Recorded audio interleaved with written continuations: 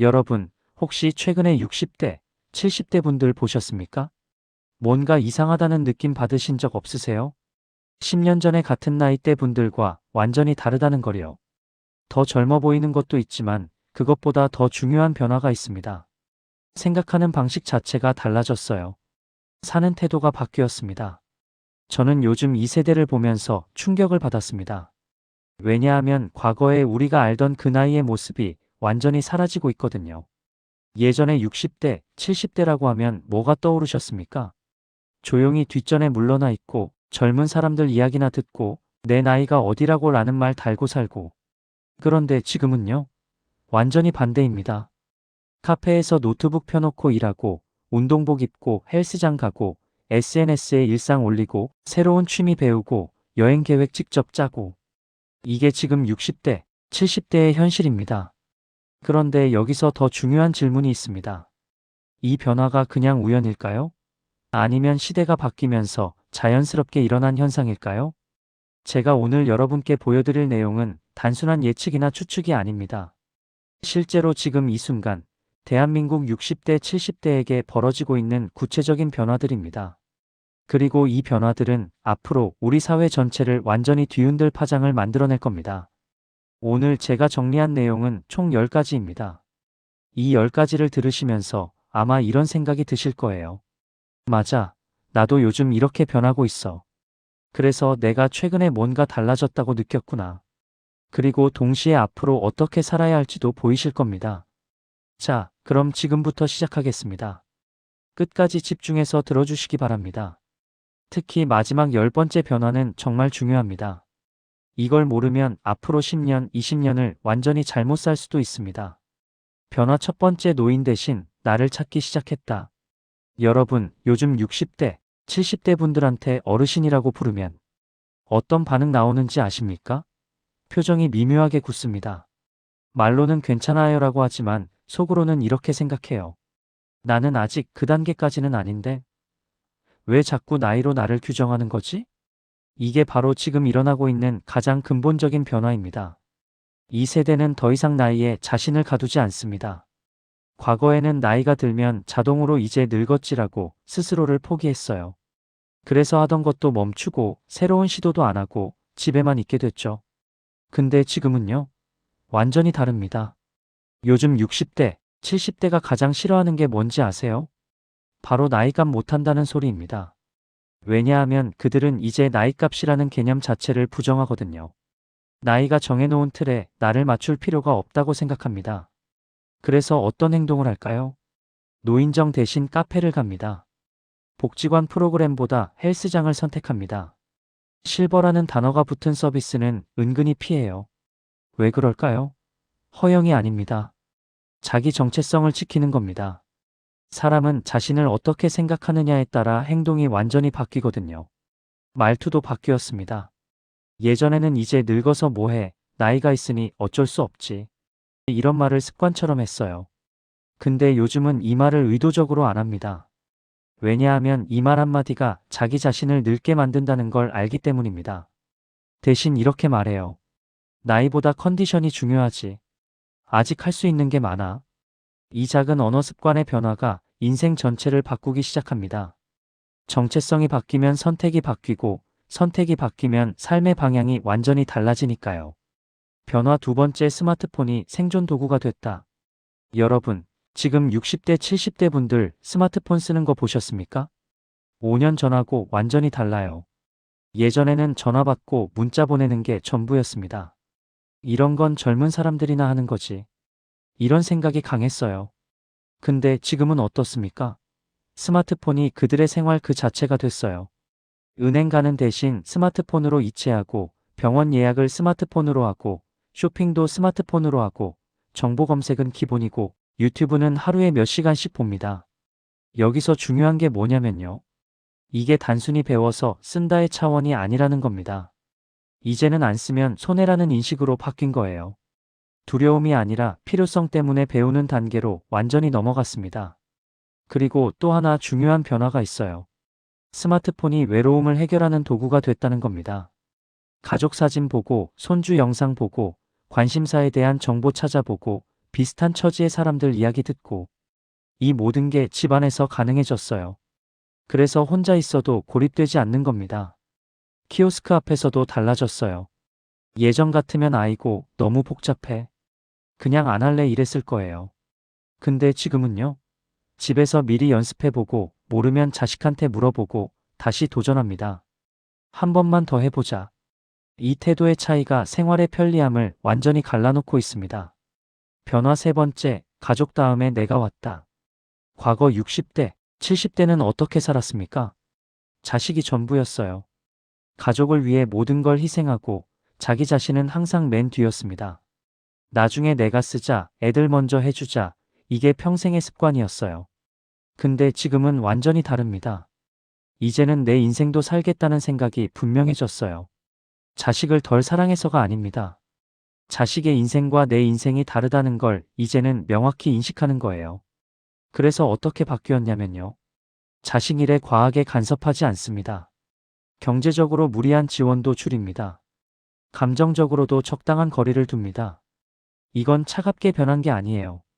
오히려 더 성숙한 관계로 발전한 겁니다. 그리고 평생 엄마, 아빠, 며느리, 사위 이런 역할로만 살아왔는데 이제는 그 역할을 잠시 내려놓고 나는 어떤 사람인가? 를 다시 질문하기 시작했어요. 내가 좋아하는 게 뭔지, 내가 편한 시간이 언제인지, 내가 즐거운 활동이 뭔지, 이걸 하나씩 다시 찾아가는 겁니다. 혼자 있는 시간에 대한 인식도 완전히 바뀌었어요. 예전에는 혼자 있으면 괜히 죄책감이 들었거든요. 이래도 되나? 뭐라도 해야 하는 거 아닌가? 근데 지금은 혼자 있는 시간을 회복의 시간으로 받아들입니다. 혼자 카페에 앉아 있고, 혼자 산책하고, 혼자 영상 보고. 이게 외로움이 아니라 자기 관리라는 걸 아는 겁니다. 변화 네 번째, 은퇴가 끝이 아니라 시작이 됐다. 불과 몇 년 전까지만 해도 은퇴는 뭘 의미했습니까? 인생의 종착역이었어요. 회사에서 나오는 날 역할이 없어지는 순간, 이제 쉬어야 하는 시기. 그래서 은퇴 이후를 두려워하는 사람들이 정말 많았습니다. 이제 나는 뭘 하지? 쓸모 없어지는 건 아닐까?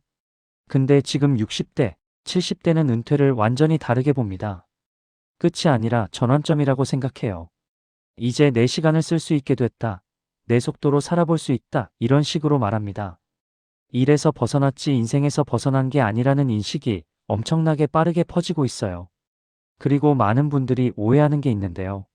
나이 들어서 일하는 건 돈 때문 아니냐? 물론 돈도 중요하죠. 근데 더 중요한 이유가 있습니다. 바로 아직 사회와 연결되어 있다는 감각이에요. 누군가 나를 필요로 하고 내가 맡은 역할이 있고 오늘 해야 할 일이 있다는 것. 이 감각이 정신 건강을 지켜주는 겁니다. 일의 형태도 완전히 바뀌었어요. 과거처럼 매일 출근해서 풀타임으로 일하는 무거운 형태는 줄어들고 있습니다. 대신 주 2, 3회, 시간제, 경험 기반, 사람을 상대하는 일. 이런 형태가 빠르게 늘고 있어요. 몸을 갈아 넣는 일이 아니라 경험을 활용하는 일로 바뀐 겁니다. 변화 다섯 번째, 병원보다 생활 습관을 먼저 본다. 예전에는 건강관리라고 하면 뭘 떠올렸습니까? 병원 가고, 검사 받고, 약 먹고. 검사 수치가 건강의 전부였어요. 근데 지금 60대, 70대는 이 생각에서 벗어나고 있습니다. 병원 다녀와도 생활이 안 바뀌면 똑같더라. 이 말을 자주 합니다. 이게 무슨 뜻이냐면요. 건강을 병원에 맡기는 문제가 아니라 내가 매일 관리해야 하는 영역으로 바라보기 시작했다는 겁니다. 검사 수치보다 더 중요한 게 뭘까요? 매일 몇 시에 자는지, 얼마나 자주 움직이는지, 식사 시간이 규칙적인지, 넘어질 위험은 없는지, 약을 제대로 챙겨 먹는지. 이런 일상적인 것들이 검사 수치보다 삶의 질을 훨씬 더 크게 좌우한다는 걸 이제는 몸으로 느끼는 거예요. 특히 요즘 60대, 70대가 가장 예민해지는 부분이 뭔지 아세요? 바로 넘어지는 겁니다. 낙상이요. 왜냐하면 한 번 넘어지면 회복이 오래 걸리고 삶의 리듬이 한 번에 무너지고 자신감도 크게 떨어진다는 걸 직접 보거나 경험했기 때문입니다. 그래서 집안 동선 정리, 미끄럼 방지, 다리 근력 유지, 이런 현실적인 관리가 정말 중요해지고 있어요. 변화 여섯 번째, 관계를 넓히는 대신 깊게 만든다. 과거에는 인간관계가 많을수록 좋다고 배웠습니다. 아는 사람 많아야 하고 연락 끊으면 안 되고 모임 빠지면 안 된다고 생각했어요. 그래서 원하지 않아도 관계를 유지하느라 지쳤던 분들 많으셨을 겁니다. 근데 요즘 60대, 70대는 이렇게 말합니다. 만나고 오면 더 피곤해지는 사람이 있더라. 굳이 억지로 유지할 필요 없지 않나? 이건 관계를 가볍게 여기는 게 아니에요. 에너지를 아끼는 현명한 선택입니다. 의무적인 모임, 비교와 험담이 많은 관계, 만나고 나면 마음이 무거워지는 사람. 이런 관계를 조용히 정리하는 분들이 늘고 있어요. 대신 어떤 관계를 남길까요? 말이 통하는 사람, 침묵이 어색하지 않은 사람, 자랑이나 비교 없이 편한 사람. 이런 관계 몇 개만 있어도 삶의 만족도는 충분하다는 걸 이제는 잘 알고 있습니다. 혼자 있는 시간에 대한 두려움도 사라졌어요. 예전에는 혼자 있으면 외로워 보이지 않을까? 걱정했는데 지금은 혼자 있는 시간을 회복의 시간으로 받아들입니다. 혼자 걷고 혼자 생각하고 혼자 쉬는 시간. 이 시간이 있어야 사람을 만날 때도 여유가 생긴다는 걸 아는 거죠. 변화 7번째, 체면보다 만족을 선택한다. 예전 소비 기준을 떠올려 보세요. 남들이 어떻게 볼까? 이 나이에 이 정도는 해야지, 체면상 이건 필요하지 않나? 이런 생각으로 꼭 필요하지 않아도 남의 눈을 의식한 소비를 많이 했습니다. 근데 지금은요? 이제 보여줄 사람도 없고 내가 편하면 됐다. 이렇게 생각이 바뀌었어요. 그래서 브랜드보다 실용성, 크기보다 관리의 편함, 유행보다 오래 쓸 수 있는 것. 이런 기준이 점점 더 강해지고 있습니다. 소비가 단순해질수록 만족도는 올라갑니다. 의외로 많은 분들이 이 변화를 경험해요. 물건은 줄었는데 집은 더 편해지고 관리 스트레스는 줄고 마음은 가벼워집니다. 이건 돈의 문제가 아니에요. 삶을 정리하는 방식입니다. 그리고 물건보다 경험에 투자합니다. 여행, 건강, 취미, 사람과의 시간. 이런 경험에 돈을 쓰는 거예요. 왜냐하면 물건은 쌓이지만 경험은 기억으로 남는다는 걸 잘 알기 때문입니다. 죄책감도 많이 줄었어요. 예전에는 이 돈 써도 되나? 자식한테 쓰는 게 맞지 않나? 이런 죄책감이 컸는데 지금은 나를 위한 소비를 정당하게 인정합니다. 내 건강을 위한 돈, 내 생활을 편하게 하는 돈, 내 마음을 살리는 돈. 이건 사치가 아니라 지속 가능한 삶을 위한 투자라고 생각하는 겁니다. 변화 8번째, 배움을 멈추지 않는다. 예전에는 배움이 젊은 사람들 얘기처럼 느껴졌어요. 공부는 다 끝났지, 이 나이에 뭘 배워? 이런 말이 자연스러웠습니다. 근데 지금 60대, 70대는 이렇게 말합니다. 잘 되려고 배우는 게 아니라 뒤처지지 않으려고 배우는 거지. 이게 핵심이에요. 배움이 성공이나 경쟁이 아니라 삶을 유지하기 위한 필수 요소가 된 겁니다. 배움의 형태도 달라졌어요. 책상 앞에 앉아 시험 보는 공부가 아니라 유튜브로 보고 필요할 때 검색하고 생활 속에서 바로 써먹는 방식입니다. 스마트폰 사용법, 건강정보, 금융, 연금, 취미와 관심사. 실생활에 바로 연결되는 배움만 남긴 거예요. 그리고 모른다고 말하는 게 편해졌습니다. 예전에는 모른다고 하면 부끄러웠는데 지금은 이건 잘 모르겠네, 이건 좀 배워야겠네 이렇게 자연스럽게 받아들여요. 이 태도 변화 하나가 배움을 계속 가능하게 만드는 겁니다. 변화 9번째, 가만히 있는 게 더 불안하다. 예전 노후를 떠올려 보면 조용히 집에 오래 머물고 움직임은 줄이고 하루가 조용히 흘러가는 모습이었어요. 이제는 쉬어야지라는 말이 자연스러웠죠. 근데 지금 60대, 70대는 이렇게 말합니다. 하루 종일 아무것도 안 하면 몸이 더 힘들어. 이건 실제로 많은 분들이 직접 느끼는 변화예요. 움직이지 않으면 몸이 더 굳고 기운이 더 떨어진다는 걸 몸으로 알게 된 거죠. 그래서 적당한 활동이 곧 휴식이라는 인식이 퍼지고 있습니다. 여기서 중요한 건 대단한 활동이 아니라는 겁니다. 하루 20에서 30분 걷기, 가벼운 근력 운동, 정해진 시간의 외출, 소규모 모임 참여. 아주 사소해 보이지만 이 꾸준함이 삶의 리듬을 만듭니다.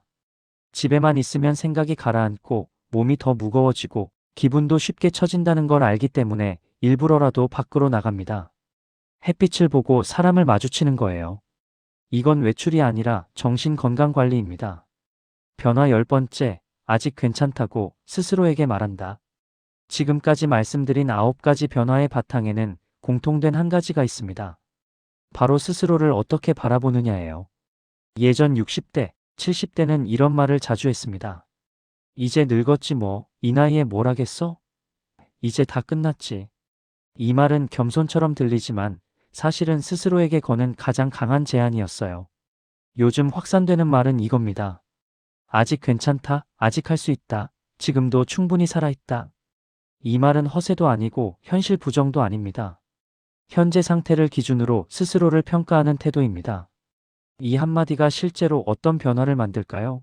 새로운 걸 배워볼 용기, 사람을 만날 여유, 몸을 조금 더 움직일 힘, 내 삶을 계속 설계하려는 의지. 이 말이 없으면 앞서 말한 9가지 변화도 지속되기 어렵습니다. 똑같은 나이인데도 완전히 다른 삶을 사는 분들 주변에서 보셨을 겁니다. 차이는 체력도 경제력도 아닙니다. 나는 아직 괜찮은 사람이다라고 스스로에게 말할 수 있느냐, 바로 이 차이입니다.